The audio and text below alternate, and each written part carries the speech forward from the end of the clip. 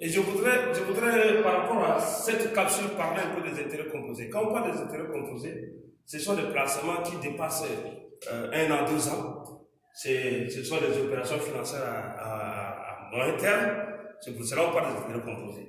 Ou, quand on dit c'est placé à intérêt composé, cela veut dire que l'intérêt produit pendant la période s'ajoute au capital initial pour produire encore d'autres intérêts aux années suivantes. Raison pour laquelle, quand on a 16 euros, c'est-à-dire le capital initial qu'on doit placer en place, on multiplie par l'intérêt, mais à la fin de l'année, c'est-à-dire, ça c'est le calcul de l'intérêt à la première année.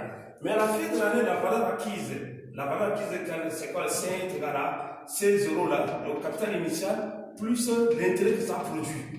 Donc, on écrit 16 euros 1 plus I. À la fin de la première année, la valeur acquise est là. Maintenant, quand on va successivement à la deuxième année, on va être quoi? La deuxième année est égale à la deuxième année, c'est-à-dire c'est comme on prend le premier capital là, encore on ajoute l'intérêt. Donc ça donne quoi? Or, C1 est égal déjà à 16 euros 1 plus I qui multiplie encore cette quantité. Raison pour laquelle à la deuxième année, nous allons nous retrouver avec 16 euros 1 plus I à la puissance 2. Là, c'est le calcul de l'intérêt de la deuxième année. À la troisième année, vous allez voir que votre troisième année, on prend votre capital de deuxième année auquel l'intérêt va s'ajouter encore, donc 1 plus I. Ce qui veut dire qu'à la troisième année, C2, on connaît déjà, c'est 16 euros 1 plus I au carré, qu'on multiplie encore par ça, donc ça donne 16 euros 1 plus I à la puissance 3. La valeur acquise à la troisième année.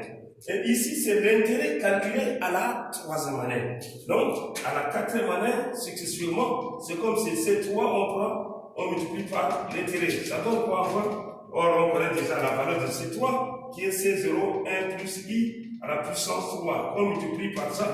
Donc, à la quatrième année, nous avons 16 euros 1 plus I à la puissance 4. C'est ce qui va nous conduire successivement à arriver à la formule fondamentale des intérêts composés qu'on appelle la valeur acquise, c'est-à-dire Cn est égal à C0 1 plus I à la puissance n.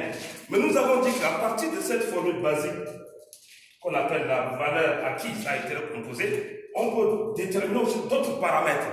Nous avons ici le paramètre n. Si nous voulons tirer n, la durée, on peut dire que n égale à quoi? N n'est rien d'autre que n ici. On va ramener, ça donne quoi? Ça donne d'abord, ça va donner log de Cn moins log de C0, le tout sur 1 plus I. Log de 1 plus I. Ça, c'est la valeur de n. Mais on peut aussi tirer la valeur de C0. Ce que nous allons dire que C0 est égal à Cn sur 1 plus I à la puissance n. Mais on peut aussi tirer la valeur de I. Donc, I n'est rien d'autre que I est égal à quoi? I est égal à racine de Cn sur C0 racine n moins z. Donc, chers amis, nous sommes arrivés à la conclusion comme quoi, à partir de la valeur acquise qui est composée de 3 paramètres dont il y a la valeur du capital initial, le taux d'intérêt et la durée, on peut déterminer les 3 autres formules. Je pense que le mieux c'est de maîtriser cette partie qui est très importante pour les intérêts composés. Sur ce, si vous aimez, vous pouvez aimer aussi et partager sur ma page. Je vous remercie.